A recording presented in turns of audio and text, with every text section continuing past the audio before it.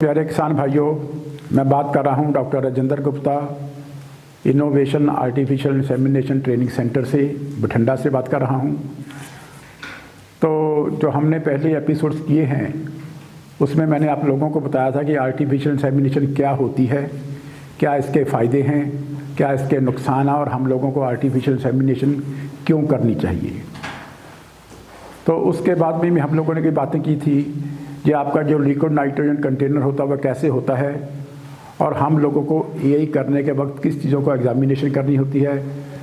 आज हम ये बात करेंगे, जब आप लोगों के पास आप एआई करने जाते हो या आप लोगों के पास एआई करने वाला पशु आपके हॉस्पिटल में आ जाता है, तो आप लोगों को कैसे कैसे उस पशु का क्या क्या कुछ करना है ताकि आपका जो सही आर्टिफिशियल इंसेमिनेशन का प्रोसीजर फॉलो हो।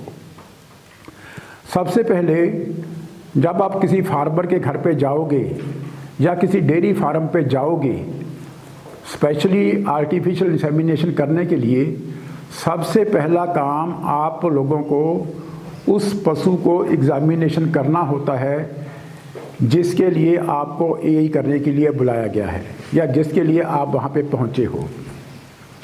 तो उसमें 5-6 बातें आती हैं।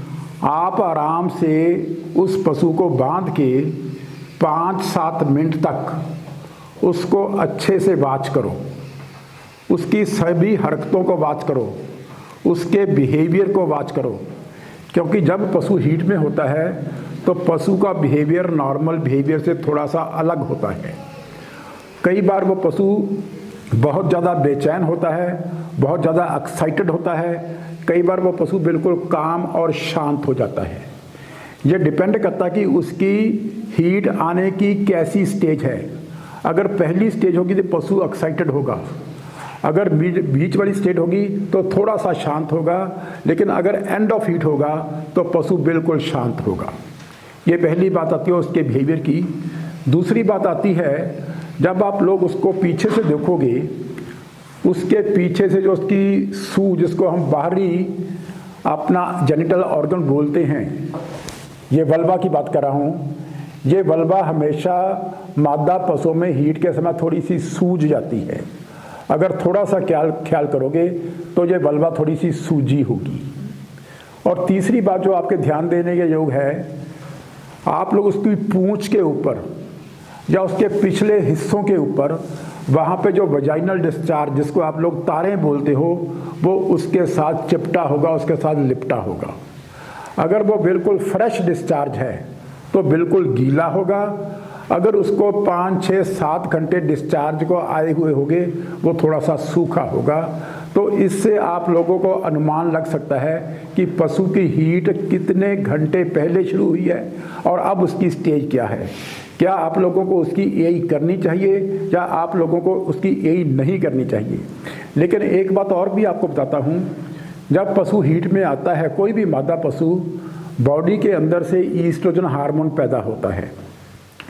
लेकिन कई बार जो गरीब लोग हैं या जहाँ पे कुछ ऐसे इलाके हैं जहाँ पे पशुओं को हम बाहर चरने के लिए भेजते हैं, पास्चर्स पे भेजते हैं, पास्चर्स में कुछ ऐसी घासें होती हैं, ऐसी ग्रासेस होती हैं जिनमें ईस्ट्रोजन के कंटेंट्स होते हैं। अगर पशु पास्चर्स में ऐसी घासों को खाता है तो वहाँ से घासों में ईस्ट्रोजन हार्मोन उसके शरीर के अंदर बढ़ जाता है। तो ऐसा पशु भी कई बार हीट की निशानियाँ दिखाने लगता है। तो हीट की निशानियाँ आपको देखने में वही लगेगी जो नॉर्मल हीट में लगती हैं। लेकिन इन निशानियों से आप लोग कभी ये असर्टन नहीं करोगे कि ये 100% पशु हीट में है या नहीं है। आप लोगों ने अपने मन में एक ढांचा सा तैयार करना है कि ये पशु हीट में हो सकता है या नहीं हो सकता। उसके बाद फिर हम पशु की हिस्ट्री लेते हैं। उस पशु की एग्जामिनेशन करने के बाद उस मालिक से उस पशु की हिस्ट्री लेते हैं। हिस्ट्री का मतलब उसका पिछोकड़ के बारे में याद करते हैं। पिछोकड़ के बारे में जो आप लोगों को एआई के मतलब बातें करनी चाहिए, उसमें सबसे पहली बात ये आती है कि उसकी पार्चुरेशन कब हुई है। आज जब हीट में आई है, जब मालिक आपको बोलता है, डेयरी फार्मर बोलता है कि मेरा पशु हीट में आया हुआ है, तो पहला क्वेश्चन आप लोगों का क्या होगा कि ये पशु की पार्चुरेशन या इसकी डिलीवरी या इसका ब्याहता कब हुई थी। और नॉर्मली हम लोग क्या मान के चलते हैं, पशु के पार्चुरेशन के बाद उस वक्त at the time of parturition पशु की बच्चेदानी का साइज इतना बड़ा होता है जितना बच्चे का साइज होता है। उस पशु की बच्चेदानी को नॉर्मल साइज में आने में कम से कम 1 से 1.5 महीने का समय लगता है। कुछ दिन उसको नॉर्मल साइज में आने के लिए उसको रेस्ट की, आराम की ज़रूरत होती है ताकि वो दोबारा काम अपना फिर से कर पाए, ताकि वो इस चीज़ के सक्षम बन जाए कि दोबारा फिर एक नए बच्चे को संभाल पाए, एक नए बच्चे को मैनेज कर पाए। तो साइंटिफिकली हम लोग क्या रिकमेंड करते हैं कि 45 दिन से पहले पार्चुरेशन के बाद अगर कोई पशु हीट में आता है तो हमको उसकी यही करनी नहीं चाहिए, क्योंकि उस वक्त बच्चेदानी बिल्कुल तैयार नहीं होती एक नए बच्चे को संभालने के लिए। और अगर 45 दिन से पहले आती है हीट में तो आप लोगों को उसकी यही करने के बारे में सोचना भी नहीं चाहिए। और जो अच्छा सही टाइम है 45 दिन से लेके 2.5 महीनों तक, यानी कि 1.5 महीने से 2.5 महीने तक या 45 दिनों से लेकर 75 डेज के भीतर अगर कोई गाय या भैंस हीट में आती है तो आप लोगों को उसकी यही करनी चाहिए। लेकिन कई बार ऐसे होता है कि अगर आप उससे टाइम पूछोगे तो कई पशुओं को पार्चुरेशन हुए को 3-3, 4-4, 5-5 महीने बीत जाते हैं। तो ऐसे केस में फिर आप लोगों को फर्दर और चीज़ें एक्सप्लोर करनी पड़ती हैं। अगर मान लो कि उसको पार्चुरेशन हुए को 4 महीने हो गए, 4 महीनों में ये भी पॉसिबिलिटी है कि 2 महीनों के बाद पशु बोला हो, मालों को पता ना लगा हो, या पशु बोला हो उसका गूंगावार हो, मालों को पता ना लगा हो, या कई बार पशु को वो बाहर छोड़ देते हैं चरने के लिए, वो चरने के लिए बाहर गया हो, वहाँ पे हीट में आया हो, वहाँ पे नए दूध हो गया हो और मालों को पता ना हो। ऐसी बातें अक्सर होती रहती हैं। और इसमें एक बात और भी होती है, कई बार जो डेयरी फार्मर्स हैं पशुओं को घर के अंदर बांध के रखते हैं, कई बार उसको घर के बाहर बांध के रखते हैं। अगर पशु को घर में बाहर बांध के रखते हैं तो उसको भी ये पॉसिबिलिटी हो सकती है कि कहीं ना कहीं से वो किसी ना किसी टाइम पे नए दूध होने की उसकी व्यवस्था बन जाती है। इसलिए अगर उसका पार्चुरेशन का टाइम 3-4 महीने से ज़्यादा है तो आप लोगों को EI करने से पहले उसकी प्रेगनेंसी को चेक कर लेना चाहिए। अगर कहीं वो पशु प्रेग्नेंट है या आपको शक पड़ता है कि इसमें 1.5 महीने की, 2 महीने की, 2.5 महीने की प्रेगनेंसी हो सकती है तो आपको उस वक्त उसकी यही नहीं करना चाहिए जब तक आपको उनकी कन्फर्मेशन नहीं हो जाती। ये बात आ गई एक हिस्ट्री की, उसके टाइम ऑफ पार्चुरेशन से मतलब आप लोगों को कैसी बातें पूछनी चाहिए।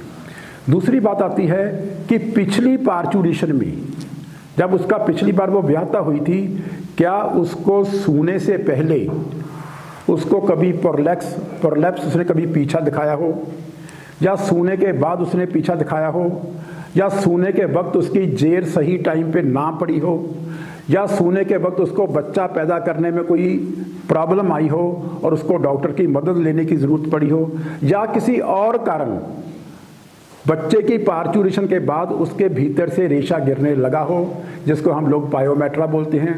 अगर कोई ऐसी प्रॉब्लम उस पशु को आई है जिसका कंसर्न पार्चुरेशन से है तो आपको इस बात को ख्याल में रखना चाहिए, क्या उसकी बच्चेदानी नॉर्मल होगी या नहीं होगी, क्या उसमें बच्चेदानी की सोज होगी या नहीं होगी, क्या उसका ट्रीटमेंट पूरा हुआ होगा या नहीं होगा, क्योंकि ये उस पशु के हक में भी है, उस डेयरी फार्मर के इंटरेस्ट में भी है और आप लोगों के हित में भी है कि अगर वहाँ पे अंदर कोई इन्फेक्शन है, आप लोगों ने उसकी EI कर दी तो ऐसा पशु कंसीव नहीं करेगा।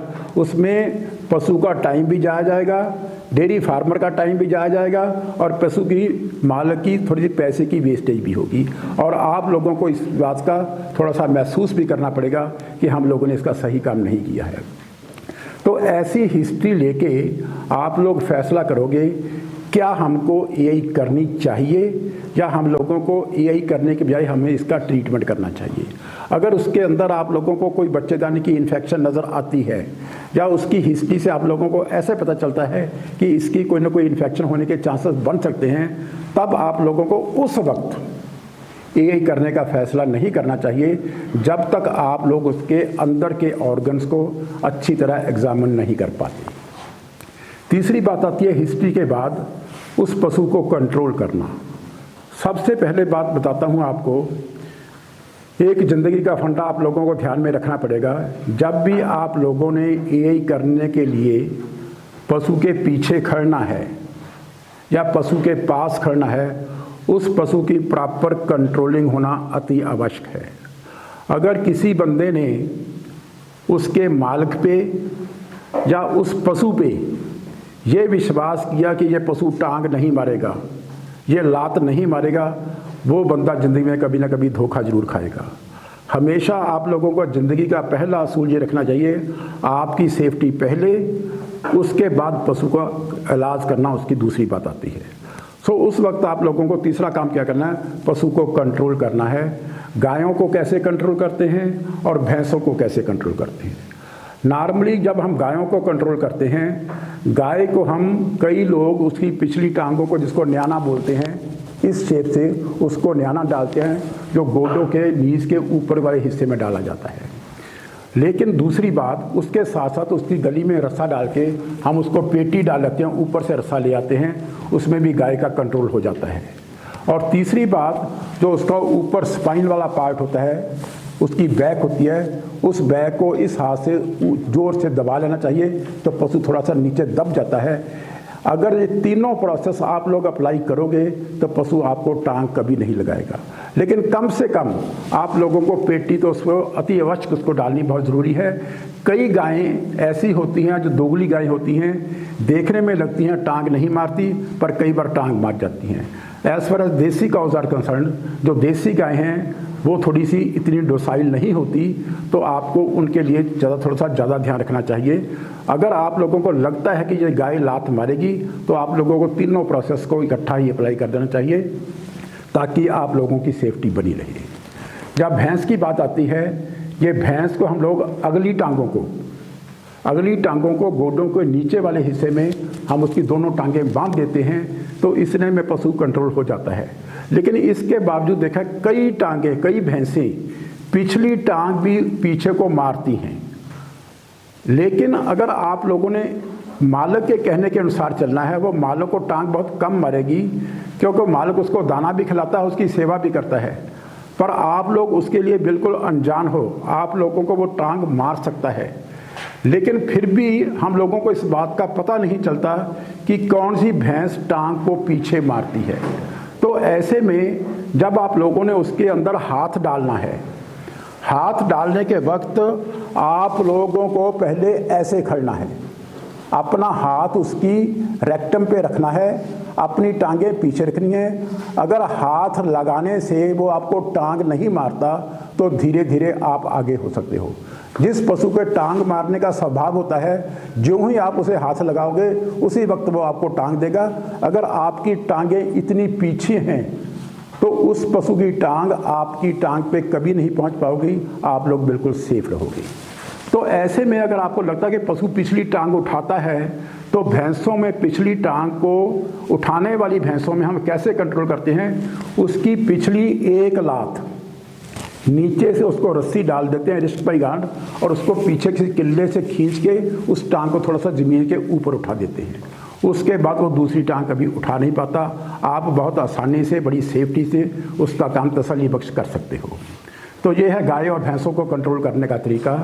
जब आप लोगों ने गाय और भैंस को कंट्रोल कर लिया, चौथी बात जो आपको ध्यान में रखनी पड़ेगी, तब आप लोगों को उसके अंदर के ऑर्गन्स को, उसके मादा के प्रजनन अंगों को अंदर से चेक करना पड़ेगा, क्या वाकया पशु हीट में है या नहीं है।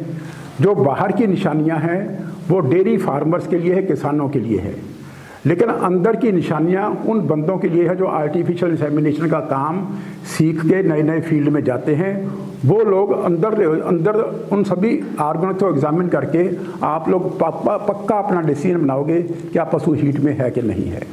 अब जब अपने पशु को कंट्रोल कर लिया, उसके बाद जब आपको अंदरले ऑर्गन्स की एग्जामिनेशन करनी है, सबसे पहले आप लोग ग्लव्स, जो भी हाथ आप यूज़ करते हो, मैं हमेशा आप लोगों को एडवाइस करूंगा आप लोगों को अपना लेफ्ट हैंड ही इस काम के लिए यूज़ करना चाहिए। सिंगल ग्लव्स आप लोगों को पहनना है।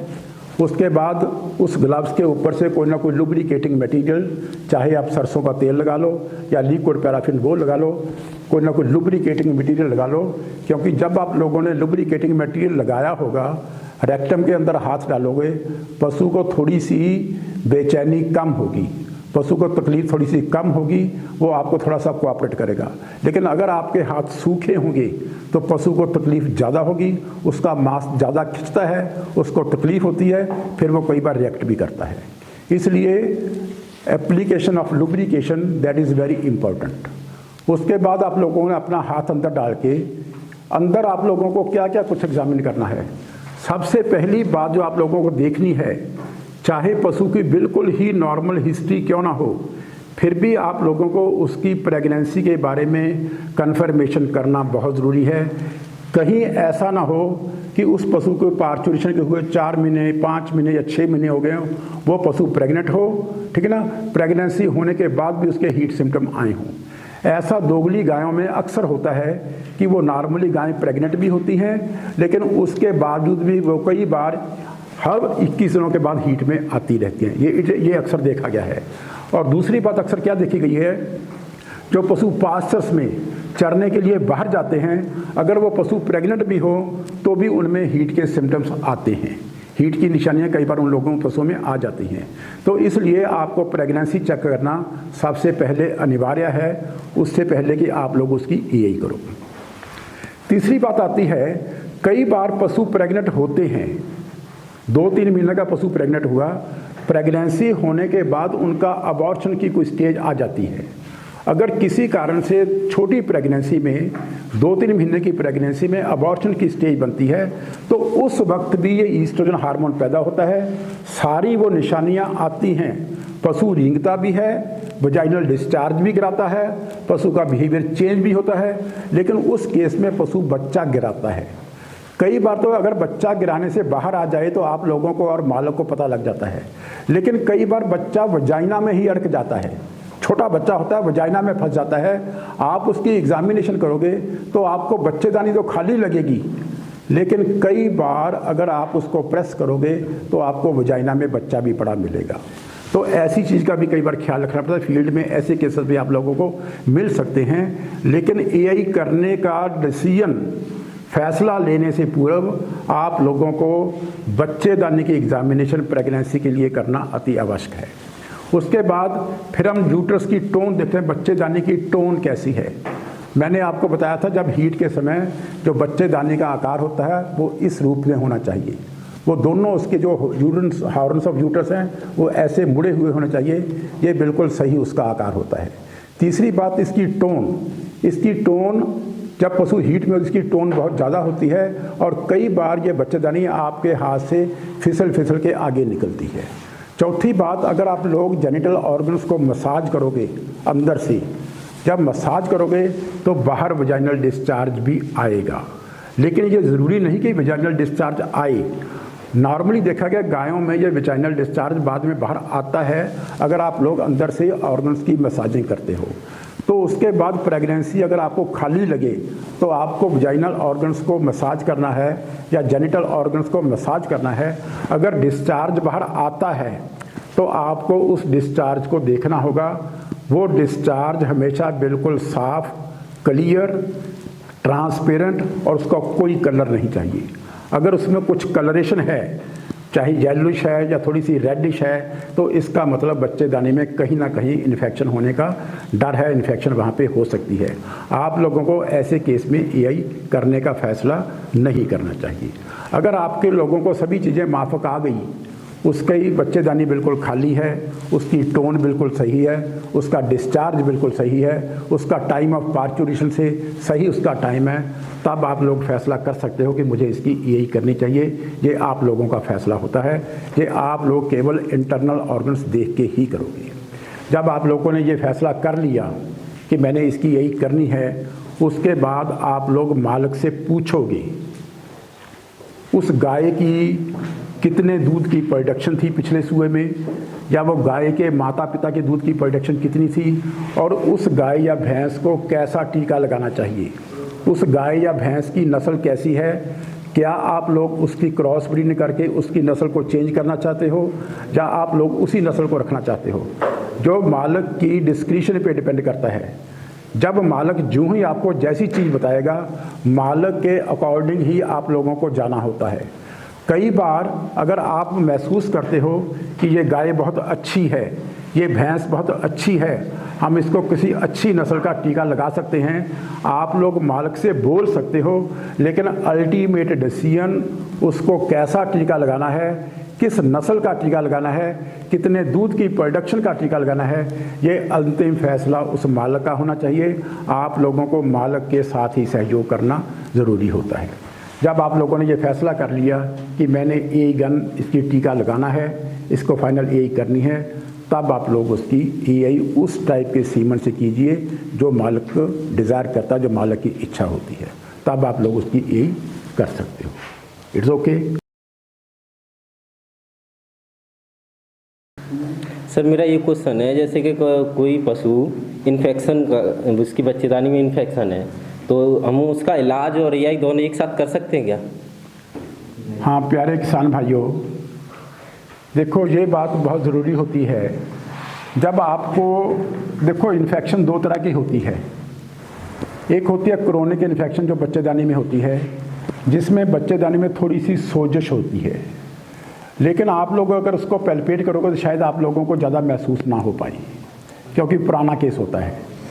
लेकिन कई बार जब वेजाइनल डिस्चार्ज बाहर आता है, जब आप लोग अंदर से मसाज करोगे या वैसे जो वेजाइनल डिस्चार्ज बाहर आता है, वो वेजाइनल डिस्चार्ज बिल्कुल क्लियर नहीं होता, उसमें कई बार पस के पार्टिकल्स आप लोगों को नज़र आते हैं।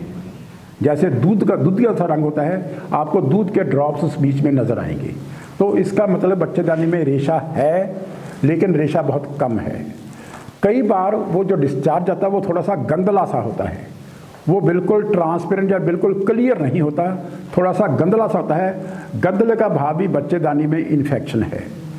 लेकिन मैं आपको हमेशा ये डायरेक्ट ऐसे करूँगा कि कई बार माइनर इन्फेक्शन होती है। माइनर इन्फेक्शन में हम लोग उसके एआई कर देते हैं, और एआई करने के 12 घंटे के बाद हम उसके दवाई भी भर देते हैं, इंट्रायूटेरल मेडिसिन दे देते हैं। लेकिन ये तब करनी चाहिए अगर आप लोगों को लगता है ये बिल्कुल मामूली से इन्फेक्शन है, बहुत कम इन्फेक्शन है। ऐसे केसेस में कई केस कवर हो जाते हैं। पर अगर आप लोगों को इन्फेक्शन थोड़ी सी ज़्यादा है, तो आप लोगों को मेरे ख्याल में उसकी एआई नहीं करना चाहिए। आप लोगों को जितनी इन्फेक्शन है उस हिसाब से 1 दिन, उस हिसाब से 2 दिन, उस हिसाब से 3 दिन इंट्रायूटेरल मेडिसिन देके उसका ट्रीटमेंट करनी चाहिए। और जब अगली बार वो हीट में आएगी, नॉर्मली ये देखा गया जब हम लोग उसके अंदर दवाई भरते हैं तो पशु नॉर्मली 21 दिनों के बाद हीट में नहीं आता, उससे पहले ही हीट में आ जाता है। 21 दिनों के बाद, 18 दिनों के बाद हीट में आ गया, 17 दिनों के बाद हीट में आ गया।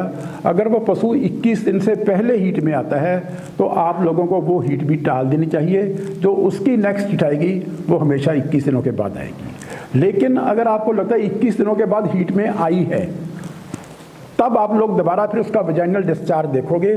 अगर वेजाइनल डिस्चार्ज आपका पहला ट्रीटमेंट देने से बिल्कुल क्लियर और साफ हो गया, तब आप लोग उसकी यही कर सकते हो। लेकिन अगर दूसरी बार भी आपने खेला, अभी भी उसमें डिस्चार्ज में पूरा क्लियर नहीं है, या उसमें कुछ कलरेशन है, या उसमें थोड़ा सा गंदलापन है, तो फिर आप लोगों को एक ट्रीटमेंट का कोर्स और रिपीट करना चाहिए। लेकिन उसमें जो लोग आप एंटीबायोटिक यूज़ करोगे, वो एंटीबायोटिक पहले एंटीबायोटिक से थोड़ा सा अलग टाइप का होना चाहिए, क्योंकि उसमें ये पॉसिबिलिटी होती है कि पहला एंटीबायोटिक इसमें इफेक्टिव ना आया हो, दूसरा एंटीबायोटिक उसमें इफेक्टिव आ जाए। क्योंकि आप लोगों को कभी क्लियर कट ये पता नहीं चलेगा कि इस बच्चेदानी में कौन सी इन्फेक्शन है और इसमें कौन सा एंटीबायोटिक 100% इफेक्टिव आएगा। 100% एफिकेसी हम टेस्ट के द्वारा डिटेक्ट करते हैं। ये फील्ड में आप लोगों के लिए पॉसिबल नहीं है कि इसमें कौन सी इन्फेक्शन है, क्योंकि बच्चेदानी में मल्टीपल इन्फेक्शंस होती हैं। वो केवल एक जरासीम से बच्चेदानी में इन्फेक्शन नहीं होती, उसमें कई तरह के बैक्टीरियल्स की इन्फेक्शंस होती हैं। इसलिए आपको पहले एक एंटीबायोटिक यूज़ करना है, लेकिन नेक्स्ट टाइम अगर फिर भी आपको प्रॉब्लम लगती है तो आप अपना एंटीबायोटिक चेंज करके दोबारा उसका ट्रीटमेंट रिपीट कर सकते हो। सर जैसे हीट का 3 पार्ट बोले सर, मतलब हम कैसे समझेंगे कि मतलब ये हीट में है कि नहीं है, और पिछला हिस्सा जो है ज़्यादा बेचैन है, पिछला फिर बीच में शांत है, और अगला उससे भी शांत है, कैसे समझेंगे कैसे हम? तो प्यारे किसान भाइयों, ये जो डेयरी फार्मर ने बात पूछी है, इसका कहने का भाव ये है कि पशु की हीट को हम 3 हिस्सों में बांटते हैं। एक पहला हिस्सा, एक बीच वाला हिस्सा और एक लास्ट वाला हिस्सा। First part, middle part and let part. Normally मैं आपको दोगली गायों की बात करता हूँ। दोगली गायों में जो हम लोग मानते हैं, जो हीट का टोटल समय है उसको हम सही तरीके से 18 से 36 घंटे मान के चलते हैं, लेकिन ये फिक्स नहीं होता। कई केसेस में 24 घंटे होता है, कई केसेस में 28 घंटे, कई केसेस 32 घंटे, 36 घंटे, 40 घंटे, 44 घंटे, 3 दिन 4 दिन भी रहता है। लेकिन हम एवरेज क्या स्टैंडर्ड को मान के चलते हैं, 18 से 36 घंटों का टाइम बिल्कुल स्टैंडर्ड माना जाता है। इसमें जो पहले 12 घंटे होते हैं, 18 से 36 घंटे कितने हो गए आपके, तकरीबन 36 घंटे मान के चलो। जो पहले 12 घंटे होते हैं उसको हम फर्स्ट पार्ट गिनते हैं। उसमें पशु का जो डिस्चार्ज आता है बिल्कुल पतला पानी जैसा होता है। पशु उसमें बैलिंग बहुत ज़्यादा करता है और दूसरी बात वो पशुओं के ऊपर माउंटिंग करता रहता है, दूसरों के ऊपर चढ़ता रहता है। लेकिन जो ही 12 घंटों के बाद दूसरा पार्ट शुरू होता है 12 से 24 घंटे तक। 12 से 24 घंटे के भीतर क्या देखा गया कि धीरे धीरे वो पशु दूसरे पशुओं पे माउंट करना कम कर देता है। दूसरे पशु पे माउंट करने की प्रक्रिया थोड़ी सी धीमी पड़ जाती है। उसका जो रेंगना है, बैलिंग होना, वो भी थोड़ा सा 6 घंटे के बाद, 18 घंटे के बाद तकरीबन वो भी बहुत कम होने लगता है। वो पशु थोड़ा सा शांत होने लगता है। तीसरी बात जो उसका डिस्चार्ज है, 18 घंटे के बाद वो डिस्चार्ज भी थोड़ा सा गाढ़ा होने लगता है। जब वो गलवा के भीतर से वो डिस्चार्ज नीचे गिरेगा, वो बिल्कुल टूटता ही नहीं है। वो गिरता लेकिन कंटिन्यूस बना रहता है, लेकिन टूटेगा नहीं। ऐसी हीट को हम लोग स्टैंडिंग हीट बोलते हैं। और ऐसी हीट में अगर हम किसी ऐसे बुल को जिसको हमने खस्सी किया हो, इसके ऊपर माउंट करने की बात बोलेंगे, वो उस बुल को अपने ऊपर माउंट करने की परमिशन देगी। और ऐसी हीट को हम लोग क्या बोलते हैं, this is called standing heat. ये नॉर्मली अक्सर देखा गया कि अच्छी गांव में ये 18 घंटे से लेकर 24 घंटे का जो समय होता है, ये सबसे बढ़िया समय होता है। इसको हम एंड ऑफ हीट या एंड ऑफ मिडल हीट या इसको हम स्टैंडिंग हीट बोलते हैं। आप लोगों को अपनी गाय की इंसेमिनेशन इस हीट में करनी चाहिए। 18 से 24 घंटे का समय जो सबसे अच्छा रहता है। अगर किसी पशु की हीट थोड़ी सी लंबी हो जाती है तो कई बार हम लोग 24 घंटे के बाद भी, आप लोग उसकी 28 घंटे के बाद भी उसकी यही कर सकते हो। लेकिन जो सबसे बढ़िया समय है वो स्टैंडिंग हीट का समय है, वो 18 से 24 घंटे के भीतर ही होना चाहिए। वो सबसे अच्छा समय है। कई बार इदां ਹੁੰਦਾ ਜਿਵੇਂ ਕੋਈ ਐਨੀਮਲ ਹੀਟ ਦੇ ਵਿੱਚ ਆਇਆ ਹੁੰਦਾ, ਆਪਾਂ ਉਹਨੂੰ AI ਕਰ ਦਿੰਦੇ, ਉਹ ਨੈਕਸਟ ਡੇ ਫੇਰ ਹੀਟ ਦੇ ਵਿੱਚ ਹੁੰਦਾ, ਉਹ ਤੋਂ ਕੀ ਕਰਾਂ? हाँ किसान भाइयों, ये अक्सर देखा गया है कि नॉर्मली जो दोगली गायें होती हैं, इसकी अगर हमने आज यही कर दी तो अगले दिन भी वो हीट में रहती है। और कई बार उसकी अगले दिन भी अगर यही कर दो तो उससे अगले दिन भी हीट में रहती है। मैंने आप लोगों को पहले भी बताया था, नॉर्मली जो इसकी क्रॉस ब्रेड पशुओं की जो हीट पीरियड है उसको हम 18 से 36 घंटे तक स्टैंडर्ड मान लेते हैं। 18 से 36 घंटे के भीतर अगर वो हीट में रहती हैं तो हम लोग सोचते हैं ये बिल्कुल ओके है। लेकिन कई पशुओं की हीट लंबी चलती है। 36 घंटे के बजाय 48 घंटे भी रहती है, 48 घंटे के बजाय 72 घंटे भी रहती है, 72 घंटे के बजाय 96 आवर्स भी रहती है। कई पशु 2-2 दिन, 3-3 दिन या 4-4 दिन हीट में रहते हैं।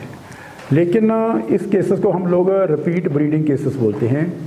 जिन पशुओं की हीट लंबी रहती है उसका मुख्य कारण क्या होता है, जब पशु के अंदर पशु हीट में आता है उसके 10-12 घंटों के भीतर जब हीट खत्म हो जाती है, ये मैं आप लोगों को गायों की एक्चुअली बात बताता हूँ कैसे होता है। जब गाय की हीट खत्म होने वाली होती है उसके नॉर्मली 10-12 घंटों के भीतर अंडा पैदा होता है, जिसको हम लोग ओवुलेशन बोलते हैं। लेकिन कई केसेस में 10-12 घंटे के भीतर अंडा पैदा होता ही नहीं है। अगर 10-12 घंटे के भीतर हीट खत्म होने के अंडा पैदा नहीं हुआ तो हम लोग उसको क्या बोलते हैं, डिलेड ओवुलेशन। इसका अंडा लेट पैदा हुआ है। लेकिन जब तक अंडा पैदा नहीं होगा तब तक पशु हीट में रहेगा।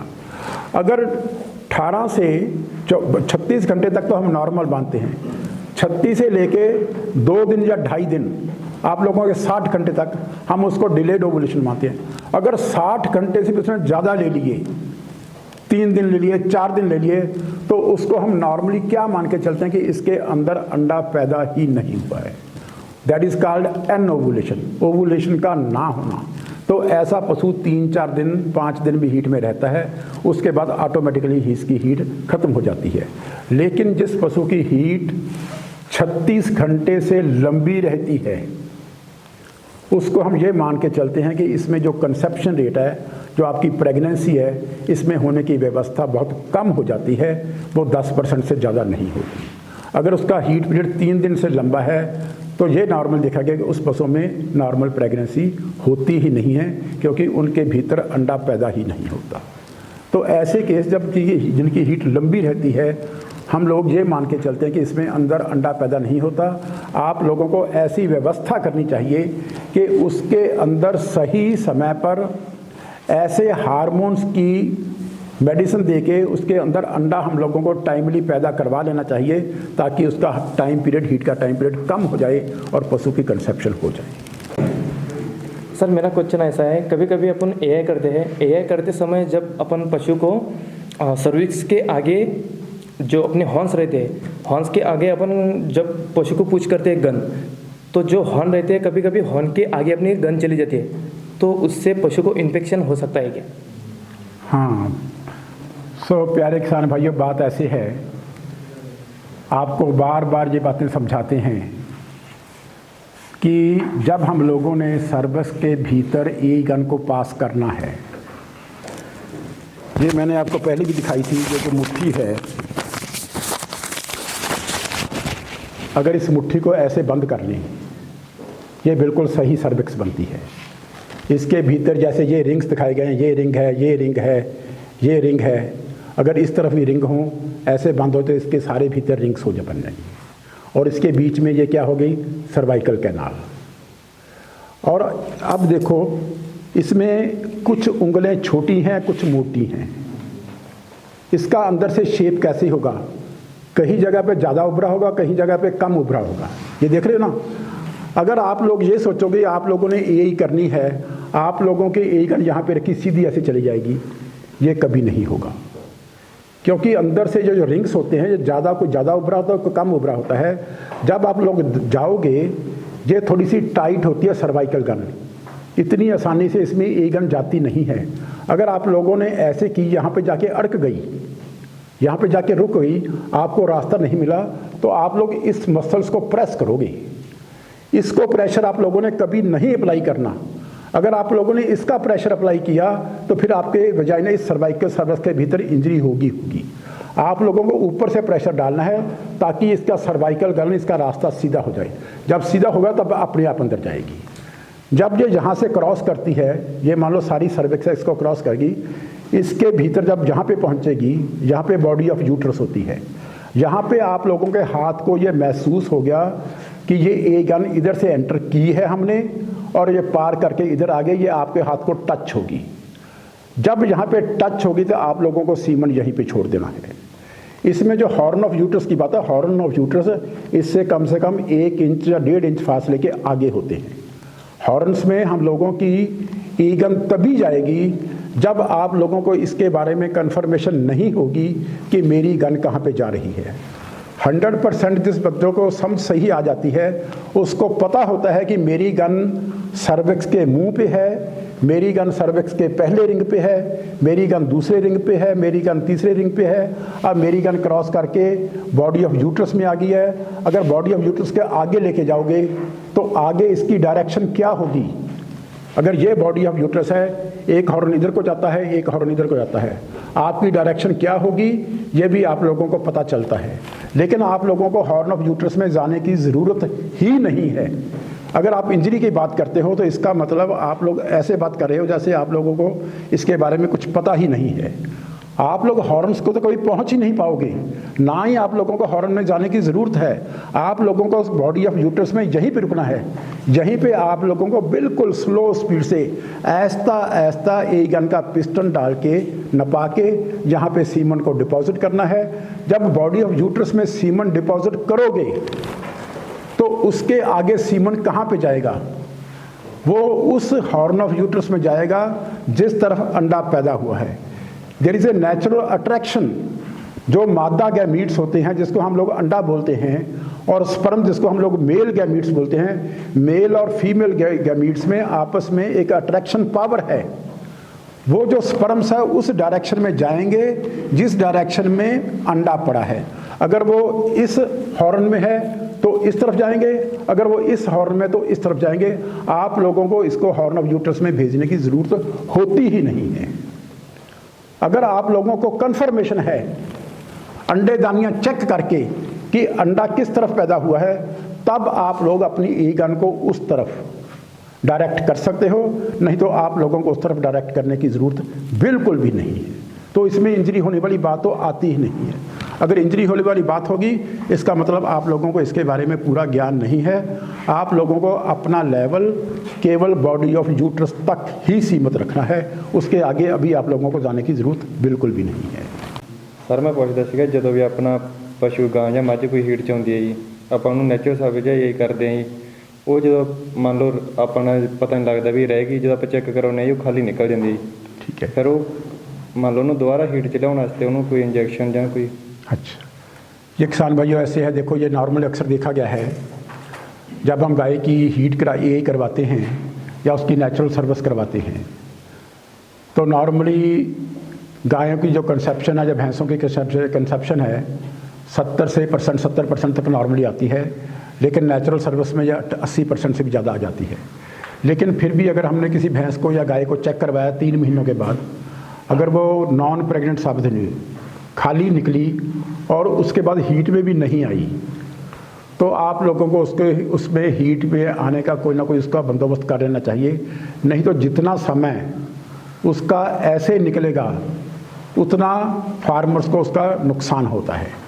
तो उसमें हम लोगों को क्या ट्रीटमेंट अडॉप्ट करना, क्या ट्रीटमेंट अडॉप्ट नहीं करना, मैंने फिर वही बात आ गई, इसमें आप लोगों को हीट में ना आने के सभी कारणों को स्टडी करना पड़ेगा कि जब हमने उसकी ई करवा दी, अगर वो प्रेग्नेंट नहीं हुई थी तो इसको 21 दिनों के बाद हीट में आना चाहिए था। अगर वो 21 दिनों के बाद हीट में नहीं आई तो कम से कम अगले 21 दिनों में इसको हीट में आना चाहिए। उसके अगले 21 दिन भी निकल गए और उसके अगले 21 दिन मिले, 3 बार 21 दिन निकल गए फिर भी हीट में नहीं आई। इसका मतलब हीट में ना आने का बेसिकली कोई ना कोई कारण तो है। तो उसमें आप लोगों को ये नहीं कि आप लोगों को यही ट्रीटमेंट करना है, यही ट्रीटमेंट नहीं करना।